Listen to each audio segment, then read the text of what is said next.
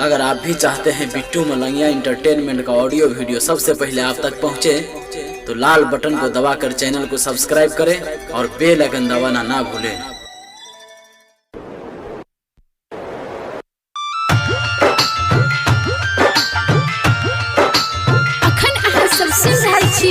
Malangia recording studio के शानदार प्रस्तुति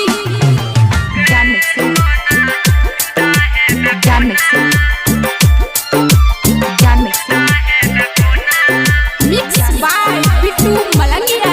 सुन रनिया गई धड़कन में तू ही तो बसल छे, मन भावे नहीं तोरा बिना कतौ गई। दुआ मांगैया दिल के कोना कोना गए सोना जुदा है बेकोना, गए सोना जुदा है बेकोना, गए सोना जुदा है बेकोना, गए सोना जुदा है बेकोना।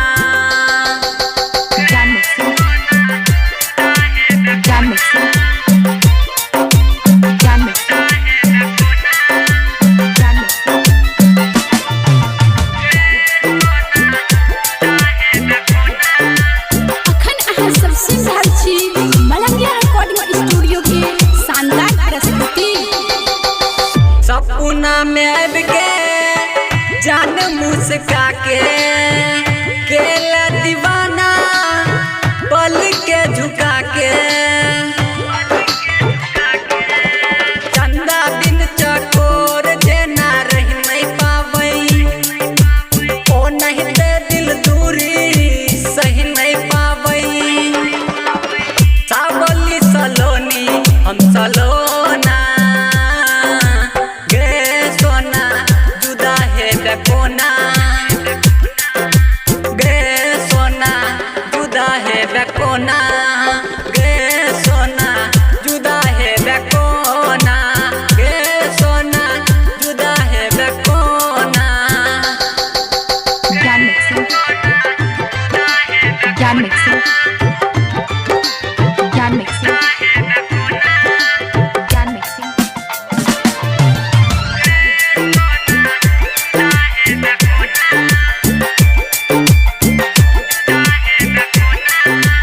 Mix by Bittu Malangia.